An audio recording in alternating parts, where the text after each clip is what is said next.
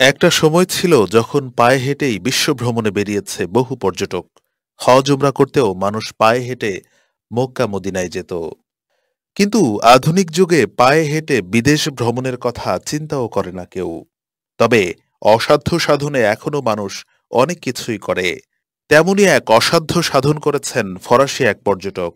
মোহাম্মদ বুলাবিয়ার নামের এই পর্যটক দীর্ঘ ৮ মাসে ১৩টি দেশ পাড়ি দিয়ে সৌদি আরবের পবিত্র মদিনায় পৌঁছেছেন। এজন্য ৮,০০০ কিলোমিটারেরও বেশি পথ হেঁটেছেন তিনি।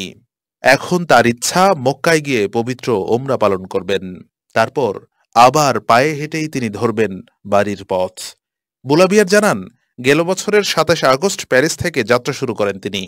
সৌদি আরব পৌঁছানোর আগে তিনি Switzerland, Italy, Slovenia, Croatia, Bosnia, Montenegro, Albania, Greece, তুরস্ক, মেসিডোনিয়া এবং জর্ডান পাড়ি দেন।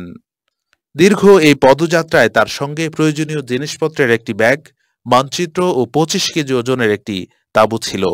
বেশিরভাগ সময় তিনি রাস্তার পাশে মসজিদে কিংবা অপরিচিত কারো ঘরে মেহমান হয়েছেন। তিনি বলেন, ছোট থেকেই স্বপ্ন ছিল একদিন আমি প্রিয় নবী সাল্লাল্লাহু আলাইহি সাল্লামকে অনুসরণ করে হেঁটে মক্কায় পৌঁছাব। বুলাবিয়ার আরও জানান, পুরো ভ্রমণে রাস্তায় তেমন কোনো সমস্যা না হলেও বিভিন্ন ধরনের বিরূপ আবহাওয়ার সঙ্গে তাকে লড়াই করতে হয়েছে। গ্রীষ্মে রওনা দিয়েছিলেন তিনি। পথেই বসন্ত, শরৎ এবং শীতকালকে অতিবাহিত করতে হয়েছে তার, যা ছিল ভীষণ চ্যালেঞ্জিং।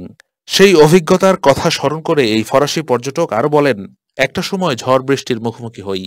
গ্রিক সীমান্তে প্রচণ্ড তুষার ঝড়ে ১ সপ্তাহ যাত্রা বিরতি করতে হয়েছিল।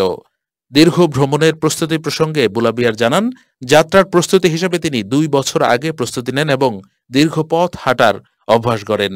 এরপর যাত্রাপথের রুট পরিকল্পনা, সব ধরনের সতর্কতা নেওয়া সহ নিজেকে মানসিক ও শারীরিকভাবে প্রস্তুত করেন। বুলবিয়ার জানান, আমি প্রায় ৪০ ডিগ্রি সেলসিয়াস তাপমাত্রায় হেঁটেছি। আমি ভাগ্যবান যে আমার সবকিছু ভালো চলছিল। পবিত্র মদিনায় পৌঁছাতে পেরে তিনি আনন্দিত। তিনি জানান, মদিনায় পৌঁছাতে পেরে আমি আনন্দিত।